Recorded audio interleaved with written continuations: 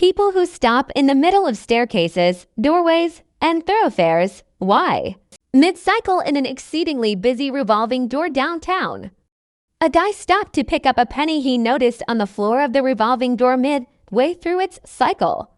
Then he became irate when the partition in the revolving door directly behind him whacked the guy hard in his rear.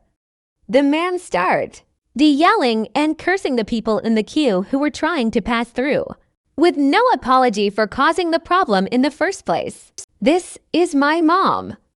As a kid, I used to drag her away from the bottom of the escalator. She'd say indignantly, "Well, I have to figure out where I'm going next." It was many years before I realized she's autistic and literally forgets that other people exist.